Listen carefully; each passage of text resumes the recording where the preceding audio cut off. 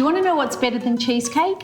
It's my Butternut Snap no-bake coffee cheesecake made with freshly brewed De'Longhi coffee. So to start, I'm going to make my base by crushing the biscuits. Now I'm going to add my butter.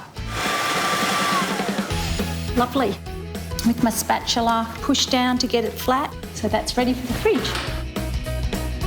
So my base has been in the fridge chilling, and now I'm going to make the filling. Start with the cream cheese that I've had out of my fridge because you get a much better consistency. Add my sugar a little bit at a time. Now I'm going to start to add my cream.